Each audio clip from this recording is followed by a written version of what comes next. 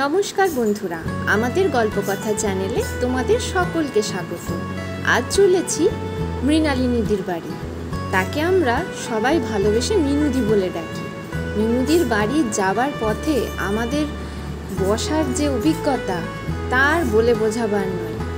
Seat capacity তুলনামূলক কম ছিল আর আমরা লোক সংখ্যায় ছিলাম অনেক বেশি, তাই এর ঘাড়ে তার ঘাড়ে বসে গেছি। এই হচ্ছে আমাদের নয়াগ্রামের জঙ্গলটা দেখতে বেশ ভালো লাগলো, তাই একটু তোমাদের সঙ্গেও শেয়ার করে ফেললাম। আমরা মাঝখানে বেলদায় নেমে সেখানে কিছু ফল আর মিষ্টি কিনলাম আর নিলাম মালা। আজ মিনুদির বাড়িতে ছিল মহোৎসব। বেলদার মোড়ের কাছে এই হনুমানজির মন্দিরটাও ছিল। বেশ ভালো লাগছিল এই জায়গাটাতেই দাঁড়াতে। তারপর আমরা গাড়ি থেকে নেমে মিনুদির বাড়ির দিকে রওনা দিলাম। মিনুদির বাড়িতে যাওয়ার পথে বেশ কিছু গলি ছিল, তাই আমাদের বুঝতে অসুবিধা হচ্ছিল বলে মিনুদির হাজবেন্ড আমাদের নিতে এসেছিল। আমরা মিনুদির বাড়ি পৌঁছে গেছি। বাড়ি পৌঁছেই প্রথমেই আমাদের দেওয়া হয়েছে কোল্ড ড্রিঙ্কস। সেটা খাবার পর আমরা নিচে চলে এসেছিলাম। এখানে রয়েছে ঠাকুর।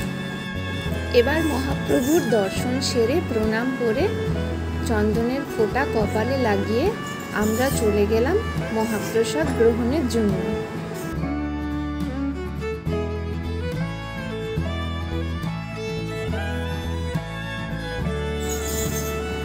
মিনুদি আমাদেরকে নিয়ে এত ব্যস্ত হচ্ছিল যে বলে বোঝাবার না। আমরা পাশাপাশি দুটো টেবিলেই সবাই বসেছিলাম। আমরা একটা টেবিলে তনুজাদি, চায়নাদি, তাপসীদি আর আমি, আর অন্য টেবিলে অঞ্জলিদি, মানসীদি, মঙ্গলাদি আর কৃষ্ণাদি।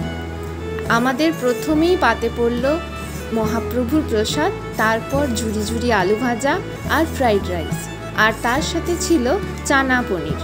প্রথমেই সব কিছু খেয়ে নিয়ে আমরা একটু ওয়েট করছিলাম। তারপরেই পাতে পড়ল শাক ভাজা, ভাত, মুগ মনোহর আর একটা সব সবজি মেশানো ছ্যাঁচড়া, কুমড়োর তরকারি আর ছিল পটলের তরকারি।